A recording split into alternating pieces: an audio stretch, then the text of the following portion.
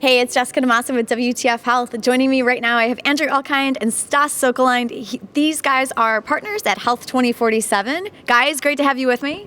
Yes, thanks for having us. Awesome. Great to be here. Thanks. So Health2047, this is best known as the AMA's foray into digital health. You guys have an incubator kind of program. You have a fund that's about a year old, but the whole organization's been around for 3 years. So give us an update. What are you guys doing? Tell us what's new, especially on the funding side. Have you guys invested in anything?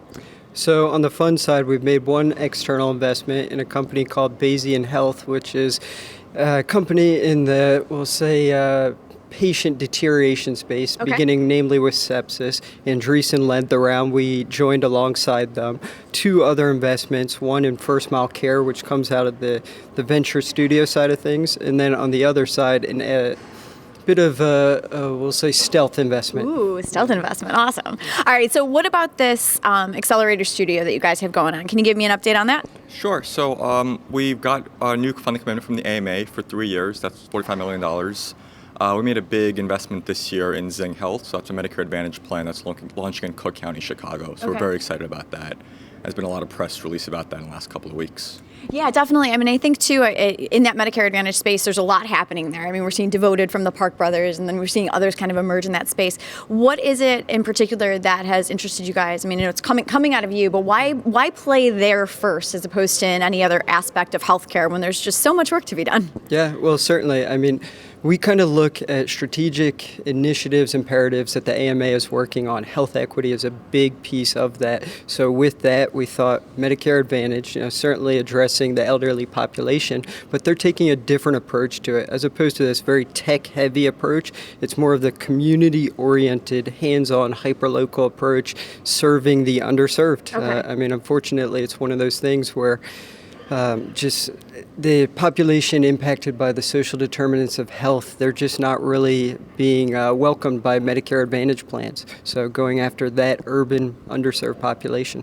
So this is a really, I think, interesting example of what the fund and what the studio program is kind of all about. So talk to me, I guess, a little bit more about what the AMA is looking for and what you guys then, as a result, at Health2047 are looking for when it's either companies that you're going to invest in or companies that are going to become part of your studio program. I mean, what are some of the things that are, obviously solving for social determinants of health, improving access to care, but give me some more of the hot button things that you're working on right now.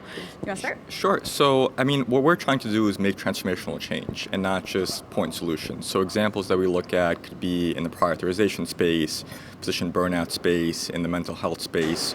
We're trying to do things that will not just move the needle a little bit forward, but shape how healthcare will look in the year 2047, which really is our mandate as part of the AMA. Okay. Yeah. Andrew? No, I mean, I guess just getting more specific in those areas, you could think of something that physicians hate, not just EMRs, but prior auth, opioid space, productivity things where you're eliminating a lot of those items that just eat up clinician time. Okay. Now, you guys said you have $45 million in new funding from the AMA for the studio side of things. That's just for the studio. Tell me a little bit about what the studio side of things mean. Is this like an accelerator? Does Health2047 take equity with the company that it works with then, or how does it work? So that in that area, there's a bit of flexibility with how we work with companies, but there's a few different ways. One is the pure EIR model, which is bringing in a credible, accomplished entrepreneur or executive who's looking to start something new. Other than that, you've got the de novo approach. We have certainly a strategic advantage in our relationship with the AMA, so leveraging their help to create something from the inside out. And then other than that, partnering with early stage companies, a startup or an actual corporation, to create something that's closer to inception, meaning past an idea stage, has a team, some semblance of traction, and really getting in there to help alongside them and accelerate something. Okay. And then on the investment side, the fund has how much money in it? 30 million. Okay, awesome. And in that, you guys have been kind of choosy with your investments. I mean, what's the thesis, I guess, moving forward there? I mean, we have the relationship with the AMA, mainly on the venture studio side of things. The fund is a new element, only about a year old, and with that, there's some operational kinks we're working out. Okay. So we've been a bit under the radar, low-key, choosy, as you say, but the idea is to ramp things up at some point. I mean, both of us represent more of the investor side of things. Mm-hmm. That's what we would like to be doing. All right. Stas, what are you looking for out there then to spend this choosy money on? I think something I think Andrew mentioned in the opioid recovery space. It's a space that's really it's a huge area of focus for the United States, and I think the investment dollars in it so far have not been focused necessarily on driving transformational change. They've been focused on the actual inpatient rehab centers, but not in the technology investments in this space. So I've been very focused on that. Andrew, you've got that cash burning a hole in your pocket. What are you looking to invest in?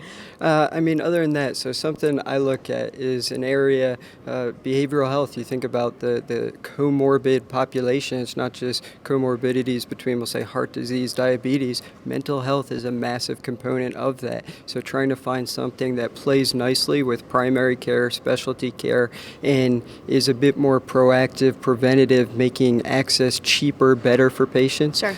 Something top of mind. Awesome. All right. Well, thanks so much, guys, for stopping by and giving us the update on Health 2047. For those of you out there, you can check them out online and make sure that you get in front of them before their money runs out. I'm Jessica DaMassa here with WTF Health. Thanks so much for joining us.